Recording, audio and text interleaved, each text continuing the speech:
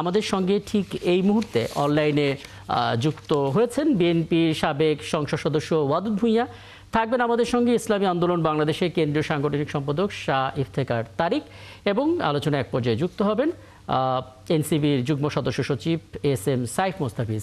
আমরা সবাইকে আমন্ত্রণ জানাচ্ছি এবং আমরা আলাপে যাব। তার আগে আমাদের সঙ্গে শুরুতেই একটু মতামত জেনে নিতে চাই জনাব আকবর হোসেন আপনাকে দিয়ে। আমরা আসলে মন খারাপের একটা খবর দিয়ে শুরু করছিলাম আজকে আমাদের সংবাদ সংযোগে একটু আগে, যে গতকাল রাতে ডাক্তাররা বলেছেন বেগম খালেদা জিয়ার শারীরিক অবস্থা অত্যন্ত সংকটময় এবং যতগুলো রোগের কথা বলা হচ্ছে, হৃদরোগ, diabetes, arthritis, liver cirrhosis, kidney জটিলতা, কোনোটাই কিন্তু দু একদিনে তৈরি হওয়ার মতো নয়। মানে দীর্ঘদিন ধরে আসলে নানাভাবে এই জিনিসগুলো দানা বেঁধেছে এবং এখনই অবস্থা। এবং রাজনৈতিক অঙ্গন তো বটে, সবাই আসলে অপেক্ষা করছেন যে তিনি সুস্থ হয়ে আবারও ফিরে আসবেন, নির্বাচনে অংশ নেবেন এবং পরবর্তীতে আমরা দেখতে পাচ্ছি সমস্ত রাজনৈতিক দলগুলো তারা যে প্রার্থী দিচ্ছেন তারা বেগম খালেদা জিয়ার সম্মানে তাদের ওই সমস্ত জায়গাগুলো আসলে প্রার্থী দিচ্ছে না। তার মানে সবাই আসলে অপেক্ষায় আছেন যে তিনি নির্বাচনে আসবেন, তার আরও অনেক কিছু দেওয়ার আছে। আমি আপনার কাছে একটু জানতে চাই, বেগম খালেদা জিয়া তিনি তো একটা ইতিহাস ধারণ করছেন, এখনকার সময়ের জন্য তিনি কতটা শক্তিশালী রেফারেন্স, মানে গণতন্ত্রের জন্য, নতুন যারা রাজনীতিতে এসেছেন তাদের জন্য? উনি নিশ্চয়ই শক্তিশালী রেফারেন্স। এবং তার আগে আপনি যেটা বলছিলেন যে আসলে খুবই দুঃখজনক ঘটনা, ওনার শারীরিক অবস্থার অবনতি হয়েছে বলে আমরা বিভিন্ন গণমাধ্যম সূত্রে জানতে পারছি। প্রধান উপদেষ্টা এরই মধ্যে দোয়া চেয়েছেন এবং বিএনপির মহাসচিব মির্জা ফখরুল ইসলাম আলমগীর তিনিও চেয়েছেন। এবং আমি যেটা বলবো যে আমার দিক থেকে আসলে যেহেতু এটা একটা মেডিকেল কন্ডিশন, উনি ডাক্তারদের পর্যবেক্ষণে আছেন। আমরা সামাজিক যোগাযোগ মাধ্যমে দেখতে পাচ্ছি অনেকে নানা রকম পোস্ট দিচ্ছেন। এমন কোনো পোস্ট দেওয়া ঠিক হবে না যেটা নিয়ে সংশয় তৈরি হতে পারে, যেটা নিয়ে একটা গুজব তৈরি হতে পারে।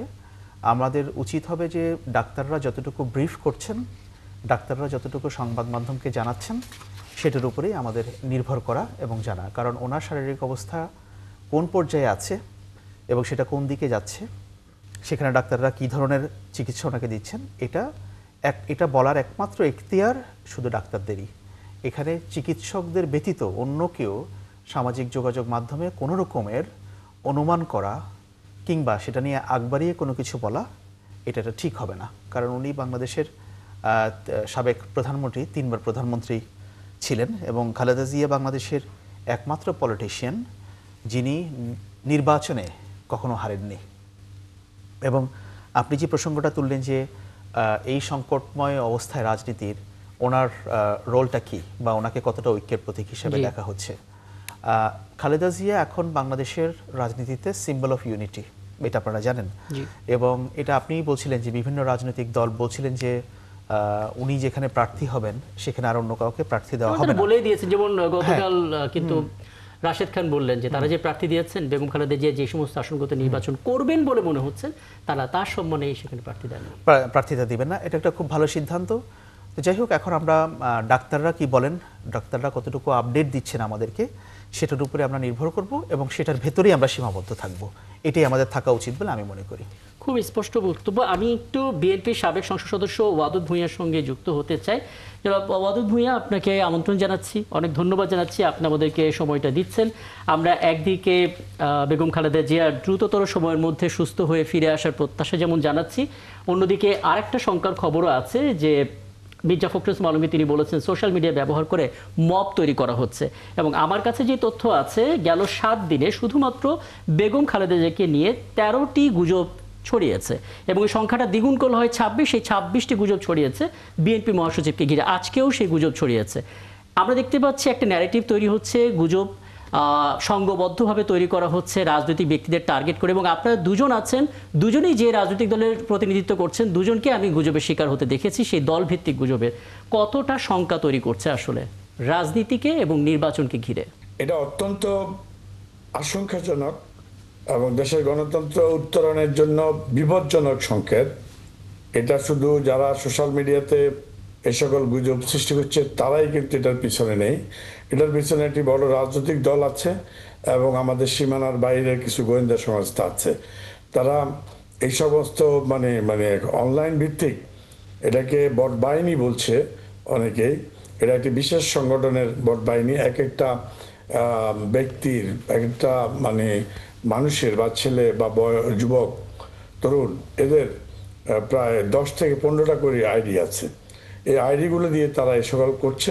সে আইডিতে গিয়ে আপনি দেখবেন যে কিছুই নাই, না। ওই আইডির অস্তিত্ব নাই, তার কোনো ফোর্স নাই, কিছু নাই।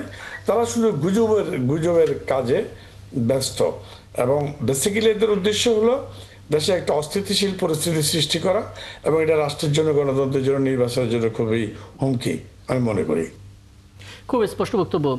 জনাব আকবর হোসেন, আপনি কিন্তু আলাপে আছেন, যে কোনো প্রশ্ন আপনি অতিথিদের সঙ্গে সরাসরি করতেও পারেন। আমি একটু 60 থেকে তারিখ আপনার কাছে আসতে চাই। একইভাবে আমরা দেখতে পাচ্ছি যে এক একটা ফেক অ্যাকাউন্টের পেজের লক্ষাধিক ফলোয়ার রয়েছে, এবং সেটা আবার কোনোটা ভ্যারিফাইড পেজ। তার মানে ওখান থেকে যখন গুজব ছড়ায় তখন সাধারণ মানুষ আগে দেখবে ব্লুটিক আছে কিনা, তার মানে তারা বিশ্বাসও করে ফেলছে। এবং আমরা দেখতে পাচ্ছি সংঘবদ্ধ হয়ে গুজব দিয়ে আপনাদেরকে হয়তো মৌলবাদী বানিয়ে দিচ্ছে, আর একজনকে হয়তো নাস্তিক বানিয়ে দিচ্ছে। মানে বললো আর একটা ন্যারেটিভ তৈরি হয়ে গেল। মানে সামনে নির্বাচন, ব্যক্তি হিসেবে, রাজনৈতিক একজন ব্যক্তি হিসেবে আপনি কতটা ঝুঁকি ফিল করেন, কতটা আমাদের সচেতনতার জায়গা তৈরি করার প্রয়োজন, যদি পারেন আমাদেরকে সলিউশন আপনি দেবেন। জি, আমি একটু ইন্টারফেয়ার করছি, সরি টু সে, বেয়াদবি মাফ করবেন। জি, জি, জি, এই যে আপনি একটা শব্দ ব্যবহার করছেন, ভেরিফাইড ফেজ থেকে করে। জি, জি, ভেরিফাইড ফেজ দুই প্রকার। জি, একটা হলো মেটা পার্মানেন্টলি ভেরিফাইড, ব্লুটা দে। একদম। আরেকটা হলো আপনি যেমন ইন্টারনেট প্যাকেজ দিবেন, সেরকম টাকা দিয়ে কেনা যায়। 1000 টাকা হ্যাঁ। মাসে খরচ করলে এটা ব্লু এবং ভেরিফাইড। আমরা দেখলাম যে 6 মাসের জন্য তারা একটা অফার করছে, 4500 টাকায় 6 মাস তারা দিবে। যদি পার মান্থ দেওয়া হয় তাহলে খরচটা একটু বেশি পড়বে, এই জন্য তারা প্যাকেজ অফার করছে। জি, তার মানে হ্যাঁ, তাহলে এই যে ফেক আইডির লোকগুলো হ্যাঁ, যেমন তারা বুস্ট আপ করছে প্রচারের জন্য, ঠিক তেমনি তারা ভেরিফাইড ফেজ নিজেকে শো করার জন্য এটা টেম্পোরারি তাদেরকে টাকা দিয়ে ফি দিয়ে ফে করে ভেরিফাইড হচ্ছে। চমৎকার। আমি নিশ্চয়ই এটা নিয়ে আরো কথা বলার চেষ্টা করব। একটু ইফতেখার তারিক, যেটা বলছিলাম। ধন্যবাদ আপনাকে। যারা আলোচনায় যুক্ত রয়েছেন তাদেরকে মোবারকবাদ জানাচ্ছি, এবং যারা এই মুহূর্তে আমাদের দেখছেন তাদের সকলকে ইসলামী আন্দোলন বাংলাদেশের মোহতারাম আমির হযরত পীর সাহেব চরমনাইর পক্ষ থেকে আন্তরিক শুভেচ্ছা জানাচ্ছি। জি, আপনি ঠিকই বলেছেন, এটা আমাদের জন্য, আমাদের দেশের জন্য, রাজনীতির জন্য অত্যন্ত বড় চ্যালেঞ্জ। এই চ্যালেঞ্জ আমাদেরকেই মোকাবেলা করতে হবে। চ্যালেঞ্জ আসবে, তাকে উতরাতে হবে। এই চ্যালেঞ্জ থেকে উত্তরণের জন্য দায়িত্বশীল ভূমিকা পালন করতে হবে রাজনৈতিক দলের নেতৃত্বকে। রাজনৈতিক দলের নেতৃত্বের ছত্রছায়ায় সারা দেশের মানুষ থাকে। অতএব এই মানুষদেরকে রাজনৈতিক দলের মূল নেতারা যখন সচেতন করবেন যে অনলাইনে কোনো কিছু আসলেই, ফেসবুকে কোনো জিনিস প্রচার হলেই তাকে যেন আমরা বিশ্বাসে না নেই, অন্তত পক্ষে রাজনৈতিক দলগুলো যদি দায়িত্বশীলতার পরিচয় দেয়, তাহলে যারা এই অপকর্ম করতে যাচ্ছে, আমাদের মধ্যে সৌহার্দ্যকে ধ্বংস করে দিতে যাচ্ছে এবং পরস্পর বিভেদ সৃষ্টি করতে যাচ্ছে, তাদের এই চক্রান্ত এবং ষড়যন্ত্র প্রতিহত হবে বলে আমরা বিশ্বাস করি। দুঃখজনক বিষয় হয়ে যায় তখনই যখন এই অপপ্রচারগুলোকে অনেক সময় রাজনৈতিক দলের নেতৃবৃন্দ সেগুলোকে হাতিয়ার হিসেবে গ্রহণ করেন, তখন সেটা ভয়ঙ্কর পর্যায়ে পৌঁছায়। তো আমরা আশা করব, আমি আমাদের ইসলামী আন্দোলন বাংলাদেশ সহ সকল রাজনৈতিক দলকে আমি এই আহ্বান জানাবো যে সকলে মিলে আসুন এই অপপ্রচারের রাজনীতি থেকে, পরস্পর দোষারোপের রাজনীতি থেকে এবং কাদা ছোড়াছুড়ির রাজনীতি থেকে আমরা বের হয়ে আসি। হ্যাঁ, আমাদের মধ্যে কোনো যদি সমালোচনার বিষয়বস্তু থাকে অবশ্যই সমালোচনা আমরা করব। একে অপরের সমালোচনা না করলে তো আমাদের এখানে সত্য বিকশিত হবে না, আমরা সামনের দিকে এগোতে পারবো না। মোটা দাগে বললে গণতান্ত্রিক যে সৌন্দর্যের কথা আমরা বলি, সেই সৌন্দর্যটা আসলে নষ্ট করে দেয় এই গুজবগুলো নিয়ে। আমি জনাব আকবর হোসেন আপনার কাছে আসবো, তার আগে ছোট্ট করে একটু ওয়াদুদ ভূঁইয়া আপনার কাছ থেকে একটু জানতে চাই। মানে আমরা তো বলি যে অপতথ্যের বিপরীতে এমনভাবে সত্যটা প্রচার করতে হবে যেন অপতথ্যটা অকার্যকর হয়ে যায়, কিন্তু মুশকিল হচ্ছে আমাদের রাষ্ট্রীয় টিভি চ্যানেল কিংবা রেডিওতে করোনার সময় যেভাবে মহামারীর মতো ছড়িয়ে যাচ্ছিল দেখে আমরা প্রচারণা চালাচ্ছি ইত্যাদি ইত্যাদি। এখন এই সময়ে এসে গুজবও তো একটা অপতথ্য, কেন আসলে প্রচারণাটা আসছে না রাষ্ট্রীয় পর্যায় থেকে? এটা রাষ্ট্রীয় তৎপরতার বাইরেও মিডিয়ার নিজস্ব কিছু ভূমিকা থাকা উচিত। জি, মিডিয়া তো আমাদের সমাজেরই মানুষ, মিডিয়া আমাদের মুখপত্র, সমাজের মুখপত্র। তো মিডিয়ার উচিত এই যে গুজব এবং ফেক পোস্ট নিউজ, এগুলা কিন্তু যাচাই করার কিছু আপনার সফটওয়্যার আছে, যেটা দিয়ে সম্ভবত আমি যদ্দূর মনে পড়ে 71 টিভি এগুলাকে ইয়ে করে, নিউজ করে। হ্যাঁ, যে প্রতিদিন এটা- এই নিউজটা সন্ধ্যা ঘুরিয়ে- 8:30 থেকে। সম্ভবত আমি দেখেছি। জি। আমি ধন্যবাদ জানাই, থ্যাঙ্কস জানাই যে 71 টিভি যে এলিভেটের সুন্দর ব্যবস্থাপনা নিয়েছে। এটা যদি প্রত্যেকটা টিভি এই এই এই এই এই যে গুজবের মানে অসত্য বা সত্য এগুলো আপনার ইয়ে করে, এই তুলে ধরে। তুলে ধরে, তাহলে এটা মানুষ অনেক সচেতন হয়ে যাবে। সেটা করার জন্য আমি আপনাদের মাধ্যমে, 71 টিভির মাধ্যমে সকল মিডিয়াকে আমি রিকোয়েস্ট করবো। এখন অনেক মানে অ্যাপস আছে, যে অ্যাপস দিয়ে যাচাই করা যায়। আজকে দেখলাম একটা মিডিয়া দাবি করলো যে মানে জামাতে ইসলামের নেতা চট্টগ্রামের আপনার শাহজাহান চৌধুরীর সাথে একজন ইসকনের নেতাকে কাছাকাছি দেখা যাচ্ছে হ্যাঁ। এবং খুবই ঘনিষ্ঠভাবে আলোচনা করছে। জি। তো সেটাকে তারা প্রথম প্রমাণ করলো যে এটা মানে ইসকনের ভোট আসলে জামাত পাবে, এরকম একটা ন্যারেটিভ তৈরি করার চেষ্টা করলো। নেগেটিভ তৈরি করার চেষ্টা করছে। কিন্তু এটা প্রশ্ন হলো না, এটা তারা আবার বললো যে এআই নয়, এআই তে করা নয়, অথবা এটা অন্য কোনো প্রক্রিয়া করানো, এটা সলিড নিউজ, এটা সলিড ছবি। এটা তারা দুইটা অ্যাপস দিয়ে প্রমাণ করলো যে এটা সলিড, এটা কোনো এআই এর দ্বারা তৈরিও না, অন্যভাবে তৈরিও না। তো এতে এতে প্রমাণ করে যে মানে এটা প্রমাণ করা সম্ভব। যদি শাহজাহান চৌধুরী এবং ইসকনের ছবি প্রমাণ করা যায় যেটা সলিড, আর অন্যান্য যে মোপ সৃষ্টি করার জন্য যে সকল বানোয়াট বা সত্য, এইগুলো প্রমাণ করা আমাদের সকলের দায়িত্ব এবং সম্ভব। আচ্ছা, অনেক ধন্যবাদ। আমি 1 মিনিটের জন্য একটা মন্তব্য জনাব আকবর হোসেন আপনার কাছে করতে চাই। আমি বিরতির পরে ফিরে এসে অবশ্যই শুনবো, বিরতির পর ফিরে এসে অবশ্যই শুনবো, কিন্তু 1 মিনিট সময় আছে, সেখানে একটু আকবর হোসেন আপনার কাছে জানতে চাই। মানে গণমাধ্যমের দায়িত্ব আমরা জানি, গণমাধ্যম সেটা পালন করার চেষ্টা করবে, কিন্তু গণমাধ্যম সাফার করছে, তাদের প্রত্যেকটা চ্যানেলের ফটোকার্ড বের হচ্ছে, ফেক ফটোকার্ড। হ্যাঁ, যমুনার, 71-এর, সময়ের, সবারই ফটোকার্ড আমরা প্রতিদিনই দেখি, নকল ফটোকার্ড, সেগুলো আবার ফ্যাক্ট চেক করে দিতে হচ্ছে। আমাদের এই জায়গা থেকে একটা সাজেশন দেবেন, যেহেতু আপনি নিজেও আসলে গণমাধ্যমের সঙ্গে দীর্ঘদিন ধরে সম্পৃক্ত ছিলেন। এটা ওয়াদুদ ভূঁইয়া সাহেব খুব চমৎকার করে বলেছেন যে আসলে প্রত্যেকটা টিভি স্টেশন জি। বা নিউজ পেপার যারা আছে তারা কিন্তু একটা ফ্যাক্ট চেকের একটা অংশ রাখতে পারে। আপনি বলছিলেন যে ঠিক আপনাদের 71 টিভির মতো একই কালার ইউজ করে, একই ফন্ট ইউজ করে একটা ফেক ফটোকার্ড ছাড়া হচ্ছে, অন্য টিভিরও হচ্ছে। এখন আপনারা যদি এভরিডে, আমি সব চ্যানেলের কথা বলছি, যে আপনাদেরকে নিয়ে আপনাদের লোগো ব্যবহার করে বা একই কালার ব্যবহার করে কারা কী ধরনের ফেক নিউজ স্প্রেড করছে, এগুলোকে আপনারা স্ক্রিনিং করতে হবে থ্রু আউট দ্য ডে। এবং এগুলো আপনাদের অনলাইন প্ল্যাটফর্মে এবং ডিজিটাল প্ল্যাটফর্মে আপনারা যদি প্রতিদিন একটা করে শো রাখেন, অন্তত 15 মিনিট, যে লোক আজকে এই ব্যাপারগুলো ঘটেছে, এই 5টা কার্ড আমাদের নামে এসেছে, বাট এটা আমাদের না, এটা হচ্ছে এই, তখন আমার ধারণা যে মানুষ আরও অনেক বেশি বুঝতে পারবে যে আসলে ঘটনাগুলো কি ঘটছে। আমাদের সঙ্গে ঠিক এই মুহূর্তে যুক্ত হয়ে গেছে এনসিপির যুগ্ম সদস্য সচিব এস.এম. সাইফ মোস্তাফিজ।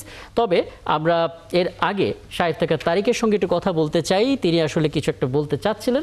জনাব শাহেদ তারিক, খুব সংক্ষেপে আপনার মন্তব্যটা শুনে তারপরে আমরা পরবর্তী বিষয়ে আলাপ করব। জি। যে প্রসঙ্গে আমরা আলোচনা করছিলাম যে সামাজিক যোগাযোগ মাধ্যমে অপপ্রচার আমাদের রাজনীতি, আমাদের দেশকে অস্থিতিশীল করে তুলছে, এই বিষয়টির পাশাপাশি আরেকটি কথা বলা দরকার। জি। এটা হচ্ছে মিথ্যা এবং অপপ্রচার যেমন আমাদেরকে ক্ষতিগ্রস্ত করে, তেমনি ভাবে আংশিক সত্য সংবাদও কিন্তু আমাদের এই পরিবেশকে আরো অনেক বেশি অস্থিতিশীল করে তোলে। একদম। ফ্যাসিস্টের আমলে আমরা এই জাতীয় ঘটনা অহরহ দেখেছি। সেই জায়গা থেকে আমি শ্রদ্ধার সাথেই বলছি, এখনো কিছু কিছু সংবাদ মাধ্যম এখনো মনে হয় সেই অভ্যাস থেকে বের হয়ে আসতে পারেনি। এটা আমাদের জন্য দুঃখজনক। এখন কোন সংবাদ মাধ্যম ইচ্ছে করলে কোন সংবাদকে কিন্তু চাপিয়ে রাখতে পারবে না। সেই জায়গায় ফেসবুক আমাদের জন্য বা সামাজিক যোগাযোগ মাধ্যম আমাদের জন্য আশীর্বাদ। কারণ একটি চিত্রের খণ্ডিত চিত্র যখন কোন সংবাদ মাধ্যম প্রকাশ করে উদ্দেশ্য প্রণোদিত ভাবে বিশেষ কোন মহলের দিকে পক্ষপাতমূলক আচরণ করে, তখন এটা রাজনৈতিক পরিবেশকে অনেক বেশি অস্থিতিশীল করে তোলে। আবার যখন সামাজিক যোগাযোগ মাধ্যমের বরাতে আমরা সেইটার পূর্ণ চিত্র পেয়ে যাই, তখন সংবাদ মাধ্যমের প্রতি মানুষের একটা অনাস্থা তৈরি হয়। একটা কথা একটু আমি যুক্ত করি জনাব শাহেদ তারিক, কাজের অভিজ্ঞতা থেকেই বলছি, সংবাদ মাধ্যম সবার ভেতরে আপনি বললেন কেউ কেউ এখন এই কাজটা করছে, কিন্তু সামাজিক যোগাযোগ, হ্যাঁ, সামাজিক যোগাযোগ মাধ্যমে আমরা প্রায় দেখি যে একটা গুজবকে ভাইরাল করার জন্য সংঘবদ্ধ কিছু চক্র আছে যারা অজস্র ফেক অ্যাকাউন্টে বসে থাকে, তারপর একটা সাবজেক্ট নির্ধারণ করে পুরনো কোনো ফাইল ফুটেজের সাথে সামান্য একটু এআই মিলিয়ে দিয়ে ছড়িয়ে দেয়। তখন আসলে গণমাধ্যমের করার কি থাকে? তখন তো আসলে দেখা যাবে যে ওই জায়গা থেকেও এর দায় তো একেবারেই গণমাধ্যমের নয়। আমি যেটা একেবারে তবে পরিষ্কার, যেটা আপনার গণমাধ্যম বার্তাটা একেবারে স্পষ্ট এবং সবাই হয়তো আপনার সঙ্গে এগ্রি করবে, কারণ সবাই চায় একটা সত্য তথ্য যেন সবাই জানতে পারে। আমি আরেকটা বিষয় একটু আলাপ করতে চাই। বিএনপি মহাসচিব মির্জা ফখরুল ইসলাম আলমগীর তিনি বলেছেন যে তাড়াহুড়ো করে দুটি আইন করতে চাই সরকার। তার কথা যদি কোট করি, জনাব আকবর হোসেন, যে বিশ্বস্ত সূত্রে আমরা জানতে পেরেছি তাড়াহুড়ো করে দুটি আইন বর্তমান অন্তর্বর্তী সরকার পাশ করাতে চাইছেন। একটি সংশোধিত পুলিশ কমিশন আইন এবং অন্যটি এনজিও সংক্রান্ত আইন। প্রশ্ন হচ্ছে, যে কোনো আইন তৈরির জন্য তো জনগণের একটা ম্যান্ডেট থাকা জরুরি, মানে বেশিরভাগ আইনের ক্ষেত্রে, তাই না? সেই ম্যান্ডেটের প্রশ্ন তো উঠবে যদি এখনই এই দুটো বড় বিষয় নিয়ে যদি আইন করা হয়। আপনার একটা মন্তব্য জানতে চাই। দেখুন, অন্তর্বর্তী সরকার তো ক্ষমতা গ্রহণের দায়িত্বে আসার পর বেশ কিছু আইনের কিছু সংস্কার, পরিবর্তন, পরিমার্জন তারা করেছে। এটা একেবারে নতুন কিছু নয়। এখন বিএনপি মহাসচিব মির্জা ফখরুল ইসলাম আলমগীর সাহেব যে দুটো স্পেসিফিক আইনের কথা বলছেন, এইটা আসলে আমি এখনো পর্যন্ত কোথাও দেখিনি যে এরকম কোনো উদ্যোগ আছে। যাই হোক, উনি হয়তো কোনোভাবে ওনার সোর্স থেকে উনি জেনেছেন। তখন আমি মনে করি যে যেহেতু উনি প্রশ্নটা তুলেছেন, আর এই অন্তর্বর্তী সরকারও পলিটিক্যাল পার্টিগুলোর সঙ্গে খুব ক্লোজলি এনগেজড হয়ে তারা কাজ করছে। আপনি জানেন যে chief adviser office, they are continuously in touch with the political parties, সেটা বিএনপি, জামায়াত ইসলামী, এনসিপি, অন্যান্য পলিটিক্যাল পার্টির সঙ্গেও তাদের বেশ ভালো যোগাযোগ আছে। যদি সেরকম তাদের কোনো কনসার্ন থাকে কোনো পলিটিক্যাল পার্টির নির্দিষ্ট কোনো আইন নিয়ে বা কোনো বিষয় নিয়ে, যেহেতু সরকার এখনো বলছে না যে তারা করছে, সেরকম কোনো কিছু আমি দেখিনি। তারপরে যেহেতু বিএনপি মহাসচিব প্রশ্নটা তুলেছেন, আমার মনে হয় এটা নিয়ে খোলামেলা ডিসকাশন হতে পারে। যদি সেটা নিয়ে জেনুইন কোনো কনসার্ন থাকে, ওনাদের যুক্তি কি, ওনারা কেন বলছেন এটা করা যাবে না, আর যদি সরকার মনে করে যে তাদের যুক্তিটা কি, কেন তারা করতে চাচ্ছেন, এটা নিয়ে আলাপ করলে আমার ধারণা একটা সমাধান বের হয়ে আসতে পারে। একদম। তার মানে আনুষ্ঠানিকভাবে যদি উদ্যোগটা নেওয়া হয়, তখনই আলোচনাটা আসলে জোরে সোরে শুরু করার প্রয়োজন। যারা ওয়াদুদ ভূঁইয়া, আপনার একটু মতামত জানতে চাই। মানে আমরা যদি ফেব্রুয়ারির প্রথম দিকে নির্বাচনের দিনটাকে মাথায় রাখি, তাহলে হাতে 2 মাসেরও কম সময় রয়েছে, বা 2 মাসের আশপাশের সময়। এখানে এই মুহূর্তে দুটো গুরুত্বপূর্ণ আইনের যদি সংক্রান্ত আইন পাশ হয়, মানে এটা আসলে সবার কাছে গ্রহণযোগ্য হবে কিনা, এটা নিয়ে প্রশ্ন উঠবে কিনা, আপনার রাজনৈতিক অভিজ্ঞতা থেকে একটা মতামত জানতে চাই সংক্ষেপে। একটু আনমিউট করে নিতে হবে প্লিজ। এটা অবশ্যই বিতর্ক হবে, মানুষ বিভ্রান্ত হবে। বেসিক্যালি এই জাতীয় আইন এত স্বল্প সময়ের মধ্যে যদি করে, সেটা নির্বাচনেও প্রভাব বিস্তার করবে। নির্বাচন ব্যাহত হওয়ার ক্ষেত্রে, ব্যাহত করার জন্য যারা কাজ করছে, ওদের ষড়যন্ত্রকেও সহায়ক করবে। তো প্রশ্ন হলো যে কি, সরকারকে আমরা আহ্বান করব, কোনো জনপ্রতিনিধি ছাড়া, সংসদ ছাড়া এরকম কোনো আইন হতে পারে না, হওয়া উচিত নয়। সেই দিক থেকে আমরা আশা করি, যদিও ডিটেলস আমাদের কাছে এখনো পুরোপুরি আসে না, আমাদের মহাসচিব বলেছে এটা সহসায় ডিটেলস এসে যাবে, সেই হিসাবে ওনারা এটা থেকে ব্যাক করলে নির্বাচন সুষ্ঠু হওয়ার ক্ষেত্রে সহায়ক ভূমিকা পালন করবে। চমৎকার। আমি আরেকটি বিষয় একটু যেতে চাই, এবং এই বিষয়ে আমি একটু যুক্ত করতে চাই এনসিপি যুগ্ম সদস্য সচিব এস এম সাইফ মুস্তাফিজ। সাইফ মুস্তাফিজ, আপনাকে আমন্ত্রণ জানাচ্ছি, এবং বিরতির পরে আপনি আমাদের সঙ্গে যুক্ত হলেন। আজকে আমার সহকর্মী রাশেদ আনিস তিনি একটা প্রতিবেদন তৈরি করেছেন। প্রতিবেদনটা হচ্ছে বাধার নাম আপ বাংলাদেশ, কারণ তরুণদের দল এনসিপির নেতৃত্বে 4টি দল এবং সংগঠনের জোট গঠন বলা হচ্ছে আপাতত ভেস্তে গেছে। আপাতত এই অর্থে যে পরবর্তীতে হয়তো হতে পারে। গণতান্ত্রিক সংস্কার নামের ওই জোটের সম্ভাবনার মূল বাধা বলা হচ্ছে আপ বাংলাদেশ একটি সংগঠন। আমরা যখন সামাজিক যোগাযোগ মাধ্যমে বিভিন্ন মতামতগুলো দেখছিলাম, অনেকে বলছেন, একটা অভিযোগ ছিল আপ বাংলাদেশের অনেকে যারা এই জাতীয় নাগরিক কমিটি গঠনের প্রক্রিয়ার মধ্যে ছিলেন না, তখন হয়তো দূরে ছিলেন, একটা ক্ষোভ ছিল। আবার এটাও শোনা যাচ্ছে তাদের অনেকে শিবিরের বি টিমও বলা শুরু করেছেন। মানে আপনার দিক থেকে একটু কি খোলাসা করা যেতে পারে, যেহেতু তরুণদের এই দলের প্রতি সবারই একটা আগ্রহ আছে, কেন আসলে জোটটা হলো না? আপনারাই তো বলছিলেন যে তৃতীয় শক্তির প্রয়োজনটা আপনারা ফিল করছিলেন, জনগণ ফিল করছিলেন আর বলছিলেন, একটু যদি স্পষ্ট করতেন। জি, ধন্যবাদ আপনাকে। আমার যারা বিজ্ঞ সমালোচক আছেন তাদের শুভেচ্ছা জানাচ্ছি, এবং যারা দেখছেন তাদেরকে শুভেচ্ছা জানাচ্ছি। দেখুন, বাংলাদেশের সংস্কার প্রশ্নে এবং বিচারিক প্রশ্নের জায়গা থেকে আমরা মনে করেছি যে আমাদের সমমনা যেই দলগুলো আছে তাদেরকে নিয়ে একটা জোট করা যায় কিনা। তো সেই লক্ষ্যে আমরা আগাচ্ছি এবং সেখানে আসলে আমাদের মূল প্রাধান্য ছিল আসলে রাজনৈতিক দলের ক্ষেত্রে। বাংলাদেশে যে বিষয়টি এসছে সেটা তো আসলে একটি রাজনৈতিক প্ল্যাটফর্ম, কোনো রাজনৈতিক দল না, এবং সেই জায়গা থেকেই মূলত তাদের সাথে জোট করা বা সেই জায়গা থেকে দলের যেই সর্বোচ্চ নীতি নির্ধারণী পর্যায়ে আমাদের আছে এবং এক্সিকিউটিভ বডি থেকে সিদ্ধান্ত হয়েছে যে আসলে বাংলাদেশের ক্ষেত্রে আমাদের একটি না আছে, কিন্তু অন্যান্য যেসব রাজনৈতিক দল আছে, গণ অধিকার পরিষদ বা এবি পার্টি বা রাষ্ট্র সংস্কার আন্দোলন বা জুনায়েদ সাকিব ভাইয়ের যে দল আছে, তাদের ক্ষেত্রে আমাদের আলোচনা এখনো চলমান এবং এটা খুব শীঘ্রই আপনারা জানতে পারবেন একটা পজিটিভ কিছুই হয়তো বা আসতে যাচ্ছে। এটা আসলে সবাই মানে প্রত্যাশা খুব একটা পজিটিভ কিছু আসুক, কারণ একটা চমৎকার নির্বাচনের প্রত্যাশা সবাই করে। কিন্তু একটা বিষয় কি একটু বলবেন, মানে বাংলাদেশের ক্ষেত্রে নাটা কি শুধু আপনাদেরই ছিল নাকি অন্যান্য রাজনৈতিক দল, সেটা হতে পারে এবি পার্টি বা অন্যান্য যারা আছে জেএসডি বা গণ অধিকার পরিষদ, সবার কি না ছিল নাকি শুধু আপনাদেরই না ছিল? সবারটা সেভাবে আমরা বলতে পারছি না। আমাদের নীতি নির্ধারণ পর্যায় থেকে আমাদের না ছিল, কারণ আপনি প্রসঙ্গটা উল্লেখ করেছেন অলরেডি।